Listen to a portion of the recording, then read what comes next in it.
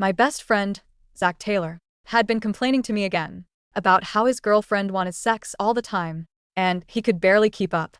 I couldn't help feeling jealous because my own fiance, Chloe Vance, was the exact opposite. Cold, distant, she hated intimacy. Years ago, Chloe had been assaulted. The trauma never left her. If a man touched her, she panicked. I loved her, so I respected her boundaries and buried my own needs. Day was Zach's wedding. He asked me to bring the 10-carat diamond ring to the bridal suite. I pushed open the door and saw a woman in a white lace wedding dress, seated at the vanity. Her back was to me. Then I saw the butterfly tattoo on her shoulder blade. My whole body went numb. I would never mistake it. Zach's bride was my fiance, Chloe. Ashley was sitting beside her, face tight with nerves. Chloe, are you really doing this? If Ethan finds out, he'll lose his mind. Chloe paused. A flicker of pain crossed her face, then vanished. He's in New York. My assistant locked down the media. He won't hear anything. Ashley's voice rose. But you can only have one legal husband. What about your 5 years with Ethan? We won't divorce, Chloe said coolly. Because Ethan and I were never legally married. The paperwork was fake. Outside the door, I gripped the ring box so hard. The metal edge sliced into my palm. Blood dripped onto the marble. She had admitted it. Marriage had been a lie. Ashley stared at her. Then what were those 5 years? Chloe's expression softened. Years ago, when I was drugged at that party, I ended up in Zach's bed by mistake. I got pregnant with his child. I couldn't let our daughter grow up without a father. I slipped the ring box in my pocket and stepped back. 2 people I trusted most had been sleeping together behind my back.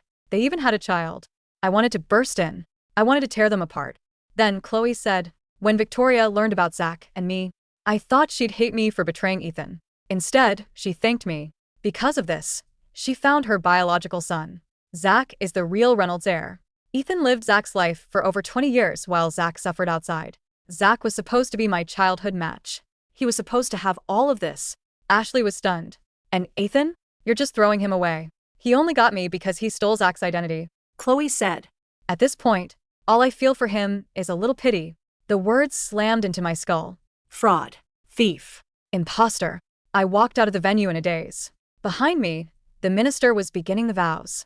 The same church had once witnessed Chloe chasing me all the way to London. After a groom swap at our commitment ceremony, she had begged for me back then. Now she was marrying someone else in front of the same altar. My phone buzzed. A text from Victoria. Ethan, there's something I've hidden from you for a long time. You were switched at birth. My real son refuses to come home unless you pack your things and return to your biological parents. My throat closed. On stage, Zach slid the ring onto Chloe's finger. She looked out at the crowd and saw me. Her face drained white. She rushed down the aisle. Ethan, don't misunderstand. Zach's family was forcing him to marry some twice-divorced older woman. I only did this to save him. I didn't want your best friend to be miserable. Her excuse was laughable. Seeing her let another man kiss her forehead, when she had recoiled from my touch for years, made me sick. He dragged me into the dressing room, poured my heart medication into her palm, and held it out. You look awful. Take this. I didn't move. The pills spilled to the floor. Chloe, I asked, voice shaking. All those nights you refused to share my bed. Was it really PTSD, or was it me? I wanted her to tell me I wasn't disgusting to her. Before she could answer, a little boy ran out from behind a clothing rack and shoved me. Batman. Don't hurt my mommy. I stumbled backward, my head crashing into the window ledge. Blood ran down my forehead. The boy sat down and started crying. Chloe's hand twitched as if to catch me, but she pulled back and scooped up the child instead. Ethan, no matter how angry you are, you can't take it out on a child. Leaning against the wall, I looked at the 2 of them and suddenly felt colder than ever before. I replied to Victoria's message. I understand. I'll move out within a week. Zach rushed in and shielded Chloe and the boy behind him. But when he saw the blood on my face, his expression changed. Ethan, the kid didn't mean it. Don't take it personally. We've been brothers for over 10 years. I said hoarsely. How long have you been doing this? Behind my back, swallowed hard, then straightened. Before I knew I was the real Reynolds heir. I envied how Chloe treated you.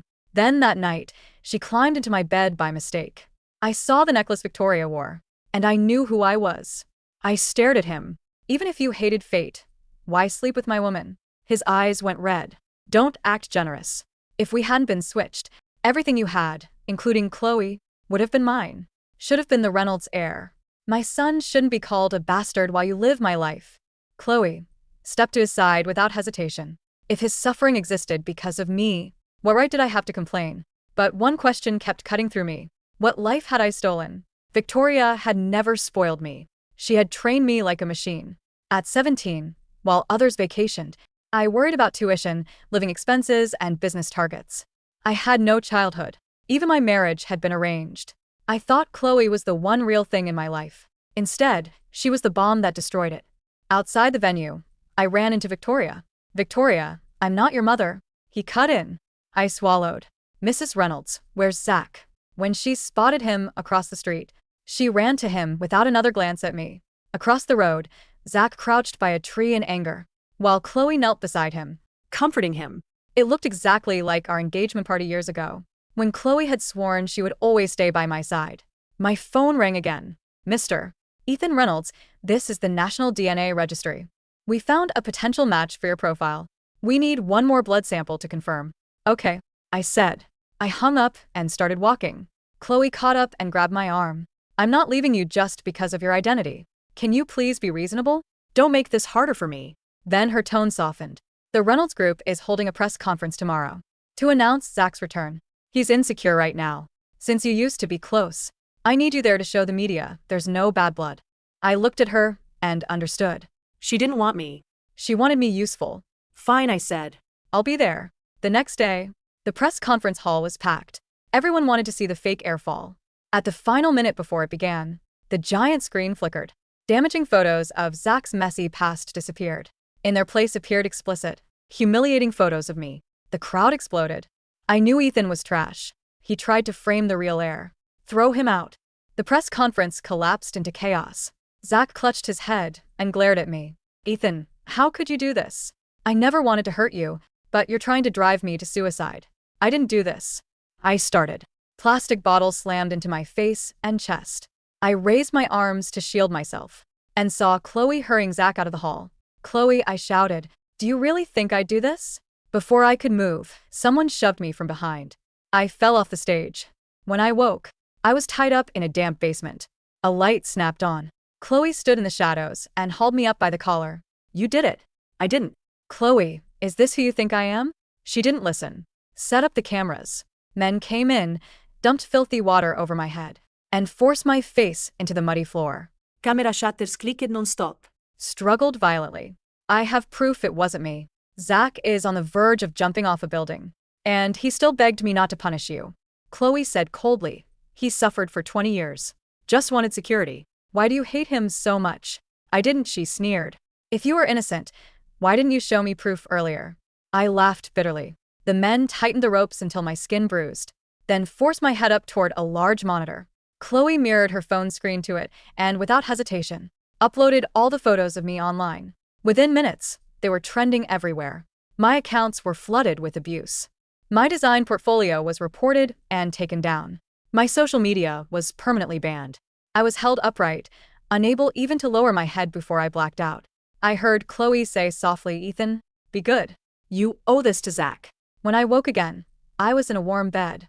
Chloe stood beside me with water and painkillers, as gentle as if nothing had happened. Are you hungry? My body shook. I shoved her aside and walked into the living room. A huge wedding portrait of Chloe and Zach hung on the wall.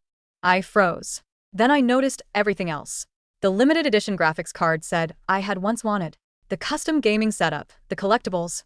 Every gift she'd promised me and never gave. All of it was here in Zach's apartment. Her phone rang, and she stepped out to answer it. A moment later, Zach came out carrying a plate of my favorite food. Took it and ate silently, tears sliding down my face. I had never hated him before. We had been brothers for over a decade. Zach, I said, do you still hate me? A brutal pain ripped through my abdomen. I doubled over. Call an ambulance. Instead, Zach grabbed my throat and drove his boot into my lower stomach. I'm sorry, Ethan. He hissed, but if you can still have kids, Chloe will never let you go. She's pregnant with my child now. I won't let anyone threaten my baby's future. The pain turned white hot, but Chloe and I had never. Unless that night hadn't been a fever dream. Chloe had slept with me once while mistaking me for Zach. Then she had taken the morning after pill. Our child had never had a chance. Zach clamped a hand over my mouth. I've been sleeping with Chloe this whole time. Every time I told you about my secret girlfriend, I was laughing at you. You stole my life. You deserve this. My vision dimmed. When I came to, I was trapped in a sealed, pitch-black space. Through a narrow vent, I saw the words outside cremation chamber 4. My heart nearly stopped. I kicked the metal walls and screamed. The lid was yanked open. Fresh air hit my lungs. I clawed at the worker's jacket. Help! They recoiled in horror. He's alive. They used my phone to call Chloe and took me to the waiting room. When Chloe arrived, Zach was right behind her. The second he saw me, he put on an innocent face. Chloe, I didn't mean to. Our son's dog died. And I came to cremate it. I didn't know Ethan would hide in there, because he was throwing a tantrum. The panic in Chloe's eyes vanished. Ethan, if you're done with this tantrum, come home. Ich zerrte her. I had almost been burned alive, and her first instinct was to blame me. Victoria rushed in next, brushing past me to hug Zach. Oh, my God. Zach, were you scared? The three of them stood together like a family. I clenched my phone. Check the security footage. See whether he did it on purpose. I shoved the screen toward Chloe. Smack. She slapped the phone out of my hand. Her heel came down and crushed it. I don't need to watch it. No matter what the camera shows. Zach didn't mean it. Ethan, when did you become this petty? Eddie, if Zach suffered, she would destroy the world for him. When I nearly died, she wouldn't even look at proof. Then Zach dropped to his knees in front of me. Ethan, please don't make things hard for me. Aren't we brothers? I just wanted a family. I've been alone so long. Toria was already crying for him. Chloe pulled him up protectively. That was the moment our 10 years of brotherhood died. That same day, I let go of both women I had loved most. For the next 3 days, Chloe made me experience Zach's old life. I was forced to polish foul-smelling shoes in a factory, then work 16-hour shifts in a slum convenience store. My legs swelled so badly, I could barely stand. Every time I stopped to rest, Chloe called coldly, and Victoria sent screaming messages. On the third day, they dumped me in the basement apartment where Zach used to live. It was moldy, damp, and crawling with rats. Back when Zach struggled, I had skipped meals to help with his rent. I had used my first business profits to pay his student loans and fund his startup. I had even hired him as Chloe's assistant for an absurd salary, just to make sure he was comfortable. This was how he repaid me. Sweat and tears blurred my vision. Then my phone buzzed with a new friend request. Ethan. I'm Beatrice. I'm your biological mother. My throat tightened. I started typing back. Why did it take so long? How are we switched? Why? A deafening crash cut me off. I looked up. A demolition excavator was tearing down the building next door and turning toward mine. The walls cracked. Dust rained from the ceiling. I sent my location to Beatrice. Come get me. As the excavator's claw smashed toward my window, my phone rang. Chloe. I tried to climb out and accidentally answered. Ethan, she said. Everything's settled. I spoke to Victoria. You can stay in the family. Zach and his child won't threaten your position anymore. Just behave and I'll come pick you up. I didn't answer. Ethan. Hello? I looked at the collapsing wall, then jumped from the second-story window. My phone slipped from my hand. The call still connected as it shattered on the concrete below. The concrete did not offer a gentle reception. When Ethan jumped from the second-story window of the decaying tenement, the impact vibrated through his boots, up his shins, and straight into his already damaged ribs. He fell hard, his shoulders slamming into a pile of discarded drywall and rusted rebar.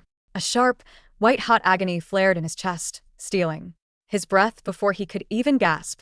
Above him, the massive steel claw of the excavator tore through the roof of his room, sending a shower of plaster, rotted timber, and dust raining down into the alley. The mechanical beast groaned, its engine roaring like a prehistoric predator, completely oblivious to the human life it had nearly crushed. Ethan lay in the dirt, his cheek pressed against the cold, grit-covered concrete. His phone, which had been buzzing with Chloe's voice just seconds prior, lay a few feet away. The screen was shattered into a spiderweb of black glass. The call finally severed. Ethan? Hello. Her voice was gone. The silence that followed was heavy, punctuated only by the distant, rhythmic thumping of the construction site and the ragged sound of his own breathing. He tried to push himself up, but his left arm collapsed under his weight. Blood, warm and sticky, began to trickle from his hairline down his temple, pooling in the hollow of his collarbone. He looked at the shattered screen of his phone. On. The notification for the location he had managed to send to Beatrice just before jumping was still visible through the cracks. Did she receive it? Or was he going to die here, in the shadow of a forgotten slum, while Zach and Chloe celebrated their stolen kingdom? Suddenly, the deafening roar of the excavator cut out. The sudden silence in the alleyway was jarring. From the main street, the squeal of high-performance tires tore through the air. A fleet of black vehicles, imposing, heavily armored Maybachs and Rolls-Royce Cullinans, swung into the ruined alleyway, kicking up clouds of dust. They didn't look like local police or city municipal cars. They bore the quiet, terrifying elegance of extreme wealth. A dozen men in tailored black suits stepped out of the lead vehicles instantly, forming a perimeter. Before the foreman of the demolition crew could even yell a protest, two of the guards had already bypassed him, pinning his arms behind his back with practiced military precision. Then, the rear door of the center Maybach opened. A woman stepped out. She wore an elegant, deep emerald trench coat, her hair pinned back in a classic French twist. Despite her refined appearance, her face was a mask of pure terror. "Ethan," she cried. Her voice, normally poised and commanding, cracked with raw emotion. She ran toward him, ignoring the mud and debris that stained her designer heels. When she reached his side, she dropped to her knees in the dirt, her hands trembling as she hovered over his broken body, terrified that touching him might hurt him further. "Oh my God, my boy," she whispered, tears spilling over her lashes. "What did they do to you?" Ethan blinked through the blood in his eyes. "Beatrice?" He croaked, his voice barely a whisper. "I'm here. Your mother is here," she said, her voice fiercely protective as she gently cradled his head, lifting him away from the sharp debris. She turned to the lead guard, her tone instantly shifting to ice. "Call the private medical transport Now. If there is a single second of delay, I will dismantle this entire construction firm by sunset." "Yes, Madam O'Connor," the guard replied, speaking into his earpiece. As Ethan's vision began to dim, the last things he registered were the expensive scent of jasmine on Beatrice's coat, the warmth of her hand clutching his, and the realization that for the first time in 24 years someone was looking at him not as an asset, a tool, or a shield, but as a son. The scent of damp mold and burning copper was replaced by the clean, delicate aroma of fresh lilies. When Ethan opened his eyes, he was staring at a vaulted ceiling painted in soft creams. Sunlight streamed through massive, floor-to-ceiling windows, revealing a panoramic view of a pristine lake surrounded by manicured gardens. There were no bars on the windows, no dust in the air, and no sound of heavy machinery. He shifted, expecting the agonizing burn in his chest and abdomen, but felt only a dull, managed ache. He looked down. He was hooked up to a state-of-the-art monitor, his chest wrapped in sterile bandages, and his hand connected to an 4. Drip. "You're awake," a soft voice said. Beatrice was sitting in an armchair beside his bed. She had changed into a simple silk blouse, but her eyes were heavily bloodshot, suggesting she hadn't slept a wink. The moment she saw him looking at her, she stood up and approached, her hand instantly reaching out to gently smooth his hair. "Where am I?"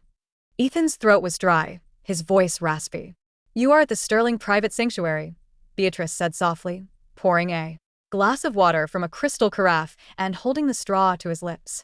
"It is a private medical facility owned entirely by our family. You are safe here, Ethan. No one from the Reynolds family, no one from the Vance family can ever touch you here."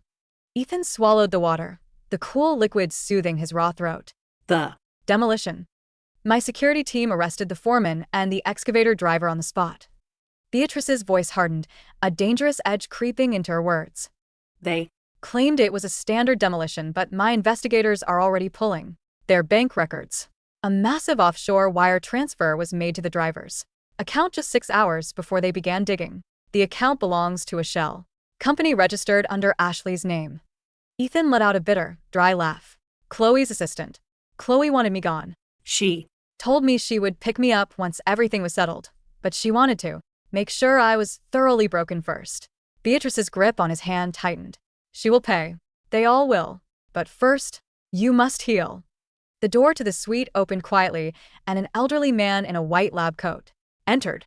"Dr. Alan Sterling, one of the country's most renowned trauma surgeons, bowed slightly to Beatrice before checking Ethan's vitals. "How is he, doctor?" Beatrice asked. "The young master is remarkably resilient," Dr. Sterling replied, his expression warm but professional. "The fractured ribs will heal with rest. The concussion is mild. However, I wanted to discuss the abdominal trauma. The patient suffered severe deep tissue bruising in his lower abdomen, consistent with a heavy, localized impact from a boot." Ethan's mind flashed back to Zach's face, his boot driving into his stomach, his vicious whisper. "If you can still have kids, Chloe will never let you go." "Zach," Ethan muttered, his fist clenching the bedsheets. He tried to "Sterilize me." Dr. Sterling shook his head, a faint, reassuring smile on his face. "He tried." Yes. "But his ignorance saved you. The blow caused minor internal bleeding, which we repaired during surgery, but your reproductive organs are completely intact. There is no permanent damage. The claim that you are sterile is biologically false." Ethan closed his eyes as a wave of relief washed over him, followed quickly by a freezing anger. "And the morning after pills Chloe took years ago?" "Our medical team reviewed the old files we managed to pull from her private clinic," Dr. Sterling said gravely. "The pregnancy she claimed to terminate back. Then she was never pregnant with your child, Ethan. The entire medical history was a fabrication designed to make you feel guilty, to keep you emotionally dependent on her while she maintained her relationship with Zach Taylor." The revelation was like a physical blow. Every single foundation of his life for the past 5 years had been a calculated lie. The PTSD that kept her from his bed, the guilt over the lost child, the fake marriage papers, the accidental groom swap. It wasn't a series of unfortunate events. It was a long, systematic execution of a plan to drain him of his vitality, his money, and his youth, all to build a golden pedestal for Zach Taylor. Beatrice sat on the edge of the bed, her eyes burning with a mother's fierce, protective rage. "Ethan," she said, her voice trembling with emotion. 24 years ago, I was young and powerless. The Reynolds family used their influence to swap our babies at birth because Victoria's biological son was born with a weak heart, and they wanted a strong, healthy child to build their empire. They took you from me, and they gave me Zach, a boy they knew would likely not survive without expensive care. But Zach did survive, and Victoria kept him hidden away, waiting for the day they could reclaim him once you had built the Reynolds Group into a multi-billion-dollar giant." She leaned in, taking both of his hands in hers. "But they made a fatal mistake. They forgot that the blood running through your veins belongs to the O'Connor family. The Reynolds Group is nothing but a house of cards built on your genius. And I'm going to help you blow it down." While Ethan recovered in the quiet luxury of the Sterling sanctuary, the city outside was buzzing with excitement. The Reynolds Group was preparing for the grandest event in its history, the Heir Ascension and Engagement Gala. It was designed to accomplish 3 things: introduce Zach Taylor to high society as the rightful heir, announce his engagement to Chloe Vance, and officially declare the complete severance of all ties with the imposter, Ethan. In the penthouse of the Reynolds Group headquarters, Zach was lounging in the leather chair that had once belonged to Ethan. He was dressed in a flashy, over-tailored Armani suit, a gold Rolex gleaming on his wrist. "It's beautiful, isn't it?" Chloe said, walking into the office. She was wearing a tight, white designer dress that subtly highlighted her small baby bump. She walked over to Zach, wrapping her arms around his neck and kissing his cheek. "No more hiding. No more pretending to be traumatized by some fake assault just to keep Ethan from touching me. We finally have everything." Zach grinned, pulling her onto his lap. "I told you, babe, the moment I found out about the switch, I knew we just had to play our cards right." Ethan was a fool. He worked 16 hours a day, built the company's entire logistics and design framework, and handed it to us on a silver platter. "Did your mother manage to secure the funding for the new logistics hub?" Chloe asked, a trace of anxiety in her voice. Zach waved his hand dismissively. "Of course. Victoria is so desperate to make up for my 20 years of suffering that she signs whatever I put in front of her. I canceled all of Ethan's old, boring R&D projects. We don't need to waste money on long-term research. I'm shifting our capital into high-risk short-term futures. We'll double our portfolio by next month." The door opened, and Victoria Reynolds walked in. Her face was tense, her usual regal posture slightly slumped. Zach, have you seen the latest reports from our supply chain division? Victoria asked, ignoring Chloe. 3 of our largest shipping partners in Europe just filed notices of contract termination. They claim the contracts were tied specifically to Ethan's personal design patents and his oversight. Zach snorted. Let them leave, Mom. They're just old world relics. I can find 10 cheaper shipping providers in Asia by tomorrow. Ethan wasn't a genius, he just used the Reynolds name to scare people into compliance. Victoria frowned, a lingering doubt flickering in her eyes. And Ethan? Where is He? he hasn't answered any of my messages since the demolition site in the slums was cleared. The construction crew said there was some kind of accident there, but they couldn't find any trace of him. He probably ran away to some other city to beg, Chloe said, her voice stripping with venom. I called him right before the demolition started.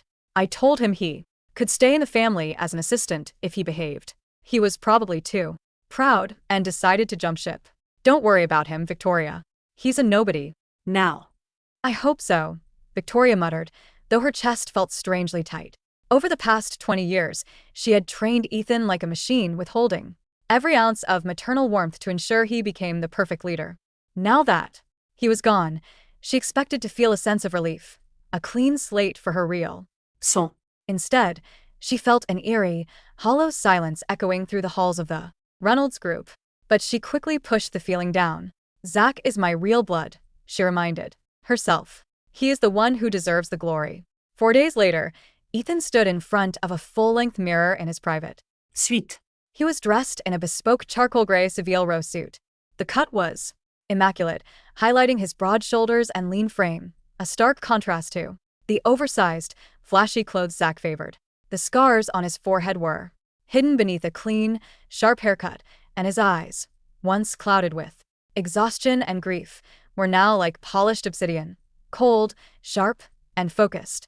Beatrice stood behind him, adjusting his silver silk tie. The legal team has finalized everything, she said quietly. We have the original security footage from the cremation facility. We have the forensic data from the demolition site, including the offshore wire transfers to the operator. We also have the full medical records of Chloe Vance, proving she committed systemic insurance and medical fraud. She looked at him in the mirror, her eyes soft with pride. But most importantly, we have the debt ledger of the Reynolds Group. Ethan turned to face her. How much do they owe? 80% of their current operational capital is backed by credit lines from the Sterling O'Connor Banking Alliance. Beatrice smiled, a dangerous, elegant expression. They took out massive loans last year to fund the European expansion, loans that you negotiated under your signature.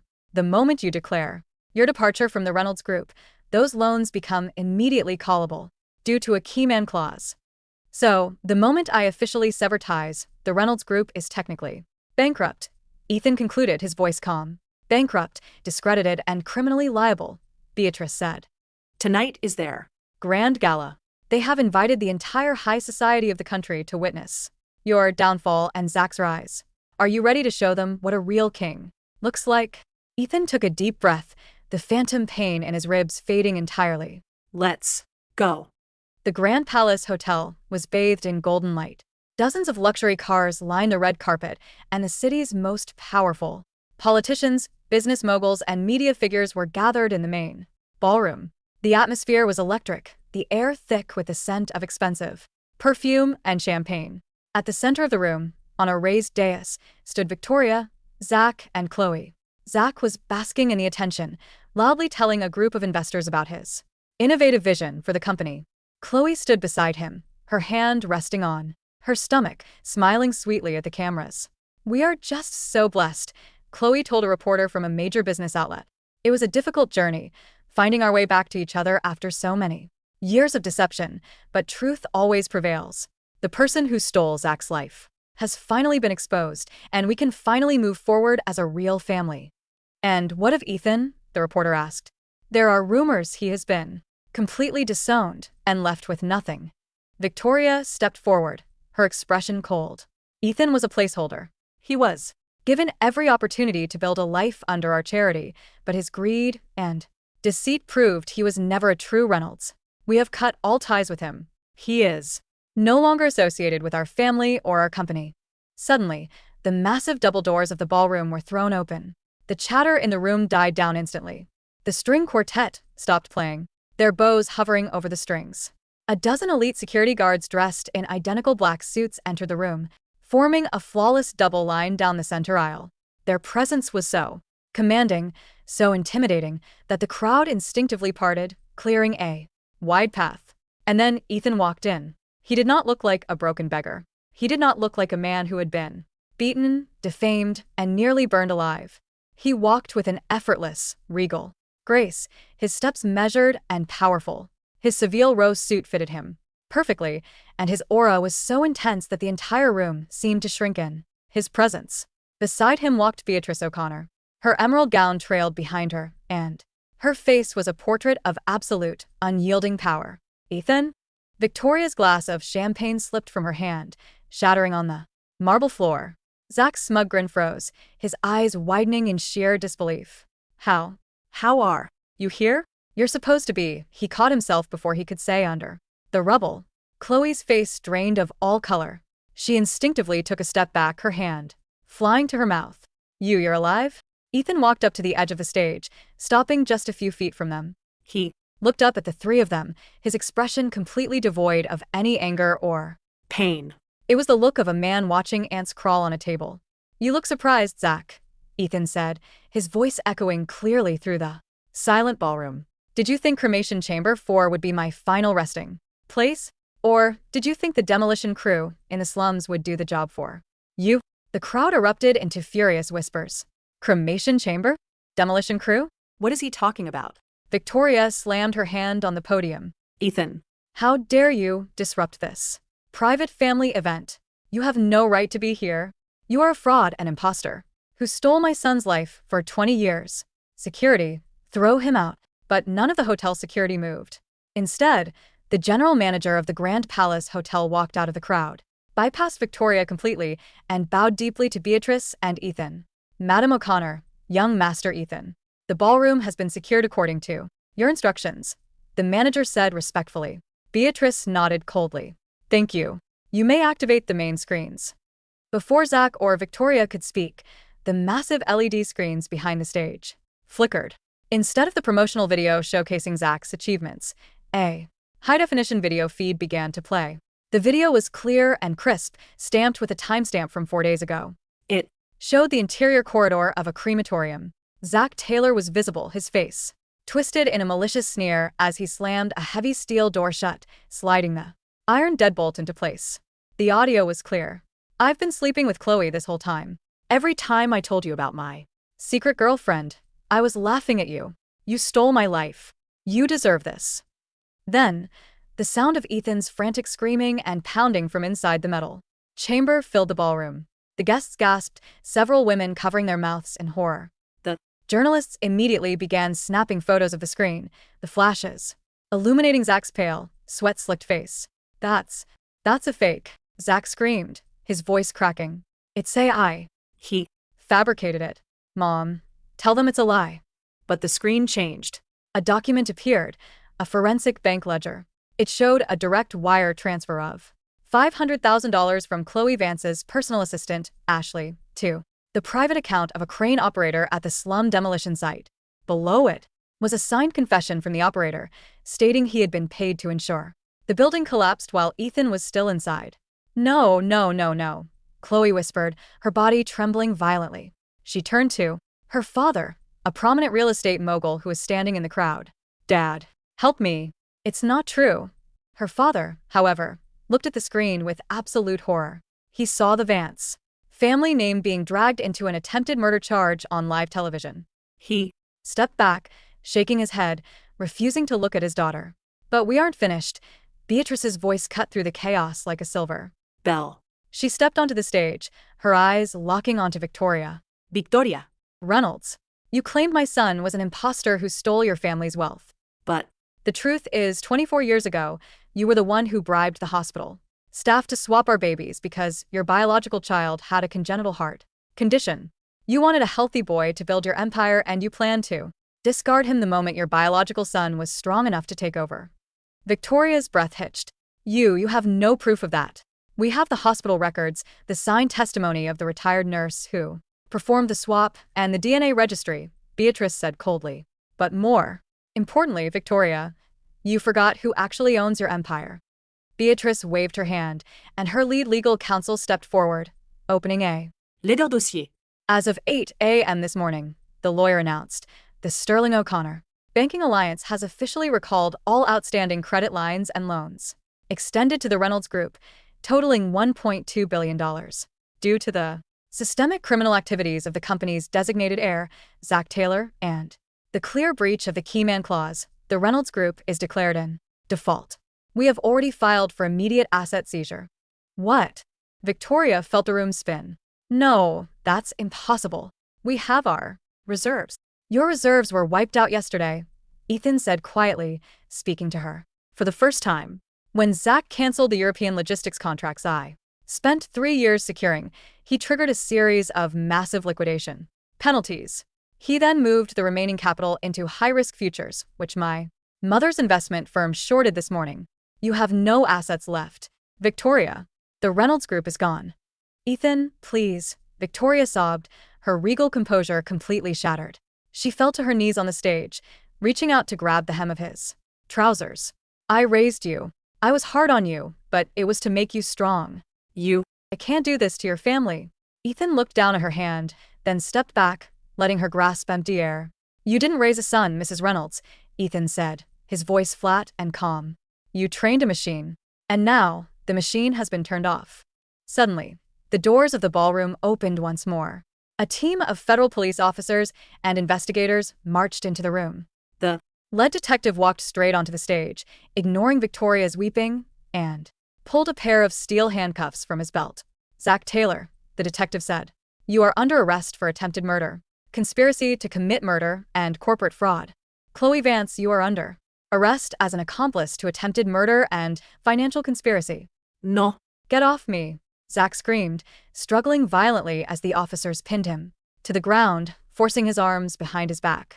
Ethan, you bastard. This was supposed to be my life. I am the real heir. Chloe was weeping hysterically as the cuffs were locked around her wrists. She Looked at Ethan, her eyes wide with desperate pleading. Ethan, please. Think of the baby. The baby is yours. I lied about Zach. It's your child, Ethan. Please. Save us. Dr. Sterling stepped forward from behind Beatrice, holding a medical document. The DNA test of the prenatal tissue was run during your last clinical visit, Miss Vance. The biological father of that child is Zach Taylor. The claim that it belongs to Mr. Ethan is physically impossible. The last desperate lie had been stripped away. As Zach and Chloe were dragged out of the ballroom in handcuffs, their screams fading down the corridor, the silence that returned to the hall was absolute. The city's elite stood in stunned silence, realizing that the landscape of high society had just been permanently rewritten. Ethan turned to Beatrice. She was looking at him, her eyes filled with the warm, gentle light that he had searched for his entire life. Let's go home, Ethan, she said softly. Ethan looked back one last time at Victoria, who was slumped on the stage, weeping amidst the ruins of her empty kingdom. He felt no anger, no hatred, and no pity. He felt only a profound, beautiful sense of peace. He turned his back on the past, took his mother's hand, and walked out into the bright, open night.